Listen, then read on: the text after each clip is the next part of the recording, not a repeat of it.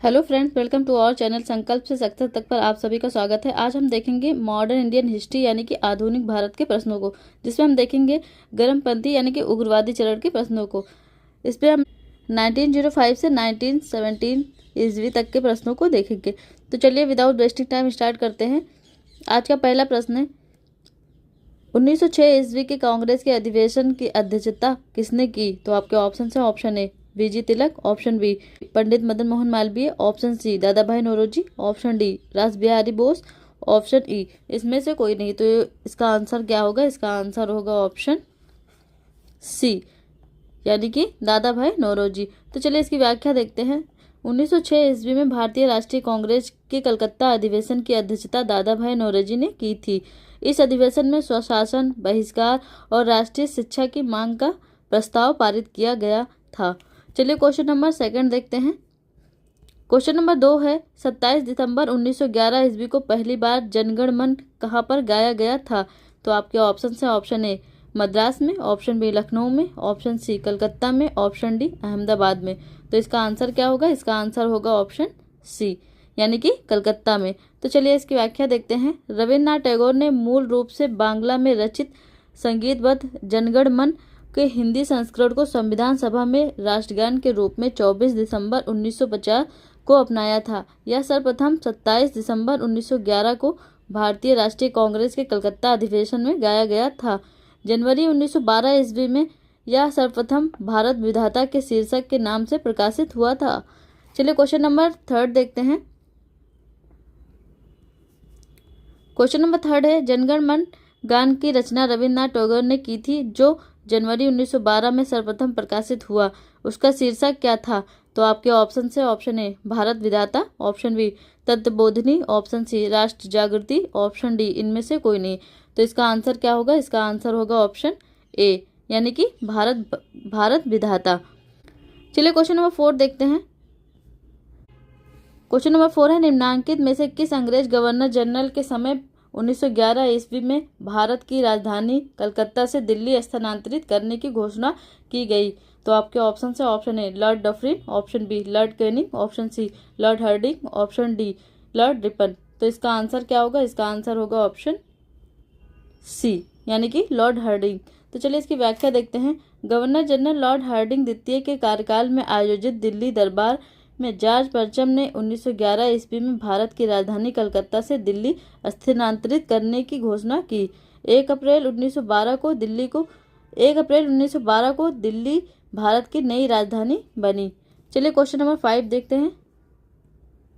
Question number 5 है, भारतीय इतिहास में 1912 का ऐतिहासिक महत्व क्या था? तो आपके ऑप्शन से, ऑप्शन ए महात्मा गांधी की मृत्यु, ऑप्शन बी बंगाल का विभाजन, ऑप्शन सी कलकत्ता से दिल्ली में राजधानी का स्थानांतरण, ऑप्शन डी इनमें से कोई नहीं। तो इसका आंसर क्या होगा? इसका आंसर होगा ऑप्शन सी यानी कि कलकत्ता से दिल्ली में राजधानी का स्थानांतरण। चलिए क्वेश्चन नंबर 6 देखते हैं। क्वेश्चन नंबर 6 है, ब्रिटिश सरकार ने बंगाल विभाजन को प्रतिसंहत किस वर्ष किया था? तो आपके ऑप्शन है, option A 1907, option B 1917, option C 1913, option D 1911, option E उपरोक्त में से कोई नहीं। तो इसका आंसर क्या होगा? इसका आंसर होगा ऑप्शन डी यानी कि 1911। तो चलिए इसकी व्याख्या देखते हैं। बंगाल विभाजन कर्जन ने 1905 ईस्वी में किया था, लेकिन विरोध के कारण 1911 में इसे रद्द या प्रतिसंहत कर दिया गया था। चलिए क्वेश्चन नंबर 7 देखते हैं। क्वेश्चन नंबर 7 है, गदर पार्टी का मुख्यालय कहाँ था? तो आपके ऑप्शन से, option A Moscow, option B Calcutta, option C San Francisco, option D Karachi, option E Lahore. तो इसका आंसर क्या होगा? इसका आंसर होगा ऑप्शन सी यानी कि सैन फ्रांसिस्को। तो चलिए इसकी व्याख्या देखते हैं। 1913 ईस्वी में सोहन सिंह भाखना ने Hindustan Association of the Pacific Coast नामक संस्था की स्थापना की। इस संस्था ने गदर नामक अखबार निकाला, जिससे इस संस्था का नाम गदर पार्टी पड़ गया। लाला हरदयाल इस संस्था के मनीषी पथ प्रदर्शक थे। गदर पार्टी के सदस्यों में रामचंद्र बरकतुल्लाह, रास बिहारी बोस, राजा महेंद्र प्रताप, मैडम भीकाजी कामा, अब्दुल रहमान भाई, परमानंद करतार सिंह सराभा तथा पंडित काशीराम प्रमुख थे। इस पार्टी का मुख्यालय सैन फ्रांसिस्को में था। चलिए क्वेश्चन नंबर 8 देखते हैं। क्वेश्चन नंबर 8 है, किसने भारतीय राष्ट्रीय कांग्रेस पर प्रार्थना याचना तथा विरोध की राजनीति करने का आरोप लगाया था? तो आपके ऑप्शन है option A Lala Hardayal Singh, option B Bal Gangadhar Tilak, option C Ras Bihari Bose, option D Sardar Bhagat Singh. तो इसका आंसर क्या होगा? इसका आंसर होगा ऑप्शन बी, यानी कि बाल गंगाधर तिलक। तो चलिए इसकी व्याख्या देखते हैं। बाल गंगाधर तिलक ने भारतीय राष्ट्रीय कांग्रेस पर प्रार्थना याचना तथा विरोध की राजनीति करने का आरोप लगाया था। कांग्रेस के उदारवादी नेताओं को अंग्रेज की न्यायप्रियता में पूर्ण निष्ठा थी। ये अंग्रेजों को अपना शत्रु नहीं बल्कि मित्र मानते थे। ये प्रार्थना पत्रों, प्रतिवेदनों, स्मरण पत्रों एवं शिष्टमंडलों के द्वारा सरकार के सामने अपनी मांगों को रखते थे। इनके इसी लचीले व्यवहार के कारण ही उग्रपंथी नेताओं ने इसे राजनीतिक भिक्षावृत्ति कहा था। चलिए क्वेश्चन नंबर 9 देखते हैं। क्वेश्चन नंबर 9 है, भारतीय राष्ट्रीय कांग्रेस की प्रथम महिला अध्यक्ष थी? तो आपके ऑप्शन से option A Aruna Asaf Ali, option B Vijaya Lakshmi Pandit, option C Sarojini Naidu, option D Annie Besant, option E इनमें से कोई नहीं। तो इसका आंसर क्या होगा? इसका आंसर होगा ऑप्शन डी, यानी कि एनी बेसेंट। तो चलिए इसकी व्याख्या देखते हैं। 1917 ईस्वी में श्रीमती एनी बेसेंट को भारतीय राष्ट्रीय कांग्रेस के कलकत्ता अधिवेशन के 31वें अधिवेशन में अध्यक्ष पद के लिए चुना गया था, जो कि कांग्रेस की प्रथम महिला अध्यक्ष थी। सरोजिनी नायडू को कांग्रेस के 41वें अधिवेशन 1925 में कानपुर के अधिवेशन में अध्यक्ष पद के लिए चुना गया था। सरोजिनी नायडू कांग्रेस की अध्यक्षता करने वाली प्रथम भारतीय महिला अध्यक्ष थी।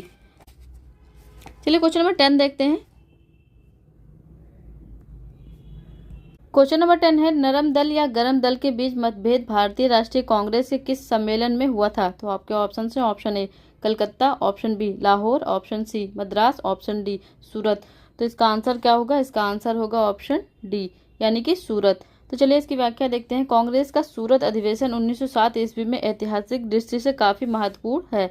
स्वराज प्राप्ति के लिए आंदोलन एवं अध्यक्ष पद के चुनाव के लिए दोनों दलों उग्रवादी एवं उदारवादी में काफी मतभेद था। उग्रवादियों ने सूरत कांग्रेस का अध्यक्ष पहले तिलक को, बाद में लाला लाजपत राय को बनाना चाहा, परंतु उदारवादी दल ने डॉक्टर रास बिहारी बोस को अधिवेशन का अध्यक्ष बनाया। अधिवेशन में पूर्व से ही दोनों दलों में भयंकर मारपीट हुई, जिसके परिणाम स्वरूप कांग्रेस का 2 भागों में विभाजन हो गया। चलिए क्वेश्चन नंबर 11 देखते हैं। क्वेश्चन नंबर 11 है, वह कौन थे जिन्होंने अनुशीलन समिति की स्थापना की थी? तो आपके ऑप्शन है option A P Mitra, option B Barindra Kumar Ghosh, option C Lala Hardayal, option D Rash Bihari Bose. तो इसका आंसर क्या होगा? इसका आंसर होगा ऑप्शन बी, यानी कि बरिंद्र कुमार घोष। तो चलिए इसकी व्याख्या देखते हैं। अनुशीलन समिति की बंगाल की पहली क्रांतिकारी संस्था थी। यह 1907 ईस्वी में बरिंद्र कुमार घोष, जो अरविंद घोष के भाई थे, और भूपेंद्र दत्त के नेतृत्व में स्थापित की गई। कई समान विचार वाले शिक्षित युवाजन इनमें आ मिले, जो तथाकथित आतंकवाद के द्वारा पूर्ण स्वतंत्रता प्राप्त करना चाहते थे। चलिए क्वेश्चन नंबर 12 देखते हैं। क्वेश्चन नंबर 12 है, वह कौन था जिसने गदर पार्टी को स्थापित किया? तो आपके ऑप्शन है option A Lala Hardayal, option B BD Savarkar, option C Bhagat Singh, option D Barkatullah. तो इसका आंसर क्या होगा? इसका आंसर होगा ऑप्शन ए, यानी कि लाला हरदयाल। तो चलिए इसकी व्याख्या देखते हैं। लाला हरदयाल पंजाब के एक महान बुद्धिजीवी तथा प्रचंड क्रांतिकारी थे। ये गदर दल के प्राण थे।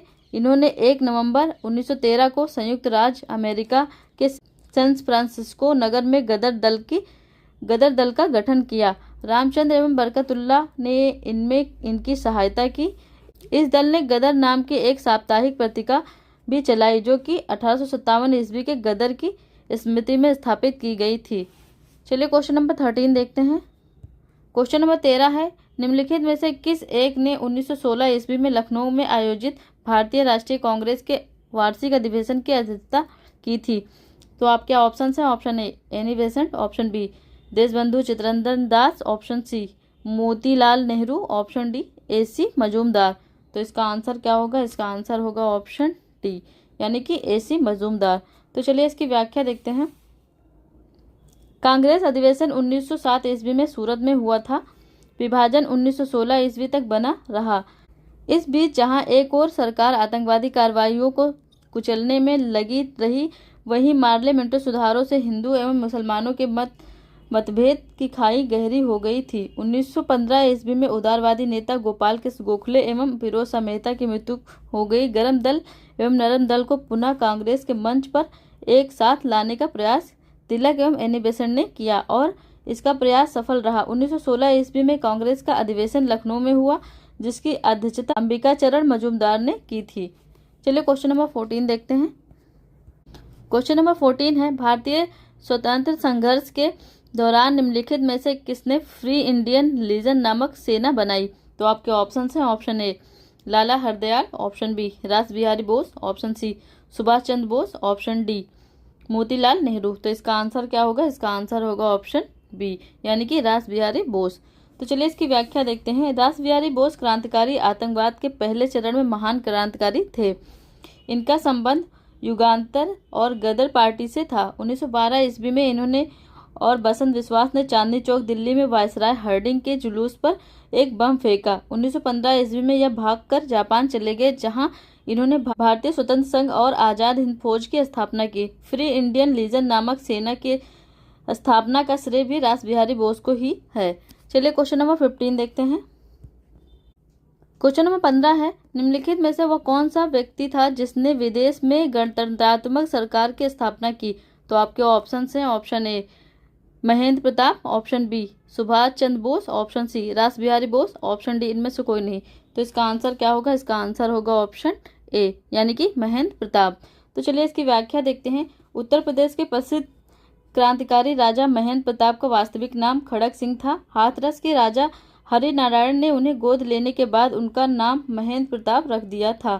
प्रथम विश्व युद्ध प्रारंभ होने पर उन्होंने भारत की स्वतंत्रता के लिए विदेशों का सहयोग प्राप्त करने का प्रयत्न किया। उन्होंने काबुल में भारत की अस्थायी सरकार का गठन भी किया, परंतु युद्ध में जर्मनी की पराजय होने से यह सरकार भंग कर दी गई। चलिए क्वेश्चन नंबर 16 देखते हैं। क्वेश्चन नंबर 16 है, निम्नलिखित में से कौन मुस्लिम लीग का संस्थापक था? तो आपके ऑप्शन है, option A Mohammad Ali Jinnah, option B Shaukat Ali, option C Nawab Salimullah, option D Aga Khan. तो इसका आंसर क्या होगा? इसका आंसर होगा ऑप्शन सी, यानी कि नवाब सलीमुल्लाह। तो चलिए इसकी व्याख्या देखते हैं। 30 दिसंबर 1906 ईस्वी को ढाका के नवाब सलीमुल्लाह खां के नियंत्रण पर सम्मेलन हुआ। नवाब वकारुल मुल्क इसके अध्यक्ष थे। इसी सम्मेलन में अखिल भारतीय मुस्लिम लीग का उदय हुआ। चलिए क्वेश्चन नंबर 17 देखते हैं। क्वेश्चन नंबर 17 है, निम्नलिखित में से किस एक अधिवेशन में भारतीय राष्ट्रीय कांग्रेस का नरम दल एवं गरम दल में विभाजन हुआ था? तो आपके ऑप्शन हैं, ऑप्शन ए नागपुर अधिवेशन, ऑप्शन बी इलाहाबाद अधिवेशन, ऑप्शन सी सूरत, ऑप्शन डी कोलकाता। तो इसका आंसर क्या होगा? इसका आंसर होगा ऑप्शन सी, यानी कि सूरत। तो चलिए इसकी व्याख्या देखते हैं। भारतीय राष्ट्रीय कांग्रेस का नरम दल और गरम दल के रूप में विभाजन 1907 ईस्वी में सूरत में हुए भारतीय राष्ट्रीय कांग्रेस के अधिवेशन में हुआ था। चलिए क्वेश्चन नंबर 18 देखते हैं। क्वेश्चन नंबर 18 है, भारतीय स्वतंत्रता संघर्ष के संदर्भ में निम्नलिखित में से किसे कांग्रेस का गरम दलीय नेता बताया जाता था? तो आपके ऑप्शन हैं, option A Gopal Krishna Gokhale, option B Surendra Nath Banerjee, option C Lala Lajpat Rai, option D Pherozeshah Mehta. तो इसका आंसर क्या होगा? इसका आंसर होगा ऑप्शन सी, यानी कि लाला लाजपत राय। तो चलिए इसकी व्याख्या देखते हैं। 1907 ईस्वी के सूरत अधिवेशन में कांग्रेस के नरम दल एवं गरम दल दो धड़ों में बट गई। नरम दल के प्रमुख नेता गोपाल कृष्ण गोखले, सुरेंद्र नाथ बनर्जी, फिरोज शाह मेहता इत्यादि थे, जबकि गरम दल के प्रमुख नेता लाला लाजपत राय, बाल गंगाधर तिलक, बिपिन चंद्र पाल इत्यादि थे। चलिए क्वेश्चन नंबर 19 देखते हैं। क्वेश्चन नंबर 19 है, एनी बेसेंट द्वारा प्रारंभ किए गए होम रूल आंदोलन के अतिरिक्त निम्नलिखित में से किस एक ने भी दूसरा होम रूल आंदोलन प्रारंभ किया? तो आपके ऑप्शन हैं, option A Madan Mohan Malaviya, option B Bal Gangadhar Tilak, option C Bipin Chandra Pal, option D Lala Lajpat Rai. तो इसका आंसर क्या होगा? इसका आंसर होगा ऑप्शन बी, यानी कि बाल गंगाधर तिलक। तो चलिए इसकी व्याख्या देखते हैं। एनी बेसेंट के अतिरिक्त बाल गंगाधर तिलक ने होम रूल आंदोलन प्रारंभ किया, जिसका कार्यक्षेत्र महाराष्ट्र के आसपास था। चलिए क्वेश्चन नंबर 20 देखते हैं। क्वेश्चन नंबर 20 है, अक्टूबर 1906 ईस्वी में ढाका अनुशीलन समिति किसकी पहल पर बनी थी? तो आपके ऑप्शन हैं, option A Barindra Kumar Ghosh, option B Hemchandra Kanungo, option C Pulin Behari Das, option D Aurobindo Ghosh. तो इसका आंसर क्या होगा? इसका आंसर होगा ऑप्शन सी, यानी कि पुलिन बिहारी दास। तो चलिए इसकी व्याख्या देखते हैं। पुलिन बिहारी दास ने ढाका अनुशीलन समिति का गठन किया। इस समिति के सदस्यों की संख्या लगभग 20,000 थी। पुलिन दास को 1913 ईस्वी में वारिसाल षड्यंत्र के केस में गिरफ्तार कर लिया गया था। चलिए क्वेश्चन नंबर 21 देखते हैं। क्वेश्चन नंबर 21 है, दिसंबर 1916 ईस्वी में लखनऊ समझौते में निम्नलिखित नेताओं में किसकी प्रधानता रही? तो आपके ऑप्शन है, option A Lala Lajpat Rai, option B Bal Gangadhar Tilak, option C Motilal Nehru, option D Madan Mohan Malaviya. तो इसका आंसर क्या होगा? इसका आंसर होगा ऑप्शन बी, यानी कि बाल गंगाधर तिलक। तो चलिए इसकी व्याख्या देखते हैं। 1916 ईस्वी में लखनऊ में बाल गंगाधर तिलक पुनः कांग्रेस में शामिल हुए। इस अधिवेशन में कांग्रेस तथा मुस्लिम लीग के लिए संयुक्त कार्यवाही के लिए समझौता हुआ। चलिए क्वेश्चन नंबर 22 देखते हैं। क्वेश्चन नंबर 22 है, निम्नलिखित में से कौन Royal Commission of Public Services in India 1912 का सदस्य नहीं था? तो आपके ऑप्शन है, option A Theodore Morison, option B Valentine Chirol, option C Abdul Rahim, option D Bal Gangadhar तिलक। तो इसका आंसर क्या होगा? इसका आंसर होगा ऑप्शन डी, यानी कि बाल गंगाधर तिलक। तो चलिए इसकी व्याख्या देखते हैं। Royal Commission of Public Services in India 1912 के चेयरमैन जॉन पायडर एवं वेरान लिंगस्टर थे, जबकि इसके सदस्यों में लॉरेन जॉन लुमेसी, Dundas, Earl of Ronaldshay, sir गुरी Hammick, sir Theodore Morison, sir Valentine Chirol, Shri Mahadev Bhaskar पावल, mister Abdul Rahim, Gopal Krishna Gokhale, mister Walter Culley मेडमी, फ्रैंक जॉर्ज, मी Herbert, Albert Fisher, mister James Ramsay MacDonald, जबकि मिस्टर MS D बटलर एवं mister R Scott joint secretary थे। तो joint secretary कौन कौन था? मिस्टर बटलर और R स्कॉट। चलिए क्वेश्चन नंबर 23 देखते हैं। क्वेश्चन नंबर 23 है, कांग्रेस के सूरत अधिवेशन 1907 के अध्यक्ष कौन थे? तो आपके ऑप्शन हैं, option A Lala Lajpat Rai, option B Ras Bihari Ghosh, option C Lokmanya Tilak, option D Pandit Madan Mohan Malaviya. तो इसका आंसर क्या होगा? इसका आंसर होगा ऑप्शन बी, यानी कि डॉक्टर रास बिहारी बोस। तो चलिए इसकी व्याख्या देखते हैं। कांग्रेस के सूरत अधिवेशन के अध्यक्ष रास बिहारी बोस थे। इनमें कुल 16,000 प्रतिनिधियों ने भाग लिया था। कांग्रेस की पहली फूट 1907 ईस्वी में पड़ी थी। यहीं पर नरम दल एवं गरम दल बने थे। चलिए क्वेश्चन नंबर 24 देखते हैं। क्वेश्चन नंबर 24 है, स्वदेशी तथा बहिष्कार का नारा सबसे पहले किसने दिया था? तो आपके ऑप्शन है, ऑप्शन ए गांधी जी ने, ऑप्शन बी गोपाल कृष्ण गोखले ने, ऑप्शन सी तिलक ने, ऑप्शन डी मोतीलाल नेहरू ने। तो इसका आंसर क्या होगा? इसका आंसर होगा ऑप्शन सी, यानी कि तिलक ने। तो चलिए इसकी व्याख्या देखते हैं। संजीवनी पत्रिका के 13 जुलाई 1905 ईस्वी के अंक में संपादक कृष्ण कुमार मिश्र ने स्वदेशी तथा बायकॉट के अवधारणाओं को पेश किया था। इसे कांग्रेस ने कलकत्ता अधिवेशन अध्यक्ष दादा भाई नौरोजी 1906 में पास किया गया था। तिलक उन लोगों में से थे जिन्होंने इस रणनीति को व्यापक बनाने में योगदान दिया था। चलिए क्वेश्चन नंबर 25 देखते हैं। क्वेश्चन नंबर 25 है, मुजफ्फरपुर कांड 1908 ईस्वी में निम्नलिखित में से किस क्रांतिकारी को फांसी दी गई थी? तो आपके ऑप्शन है, option A Prafulla Chaki, option B Khudiram Bose, option C madam Cama, option D Chapekar Bandhu. तो इसका आंसर क्या होगा? इसका आंसर होगा ऑप्शन बी, यानी कि खुदीराम बोस। तो चलिए इसकी व्याख्या देखते हैं। 30 अप्रैल 1908 ईस्वी को मुजफ्फरपुर में खुदीराम बोस और प्रफुल्ल चाकी ने DH किंग्सफोर्ड को बम से मारा था। फलस्वरूप 11 मई 1908 ईस्वी को खुदीराम बोस को फांसी दे दी गई थी, जबकि प्रफुल्ल चाकी ने खुद को गोली मारकर उड़ा लिया था। चलिए क्वेश्चन नंबर 26 देखते हैं। क्वेश्चन नंबर 26 है, निम्नलिखित में से कौन सा कार्यक्रम होम रूल आंदोलन से संबंधित नहीं है? तो आपके ऑप्शन हैं, ऑप्शन ए स्वदेशी का, ऑप्शन बी राष्ट्रीय शिक्षा, ऑप्शन सी स्वशासन का, ऑप्शन डी आतंकवाद का। तो इसका आंसर क्या होगा? इसका आंसर होगा ऑप्शन डी, यानी कि आतंकवाद का। तो चलिए इसकी व्याख्या देखते हैं। स्वदेशी, स्वशासन, स्वशिक्षा के मूल मंत्र को अपनाने वाली होम रूल ने भारत में मद्रास के पास अडियार में अपना कार्यालय खोला था। एनी बेसेंट इसकी अध्यक्ष, जो 1917 में कांग्रेस की प्रथम अध्यक्ष बनी थी।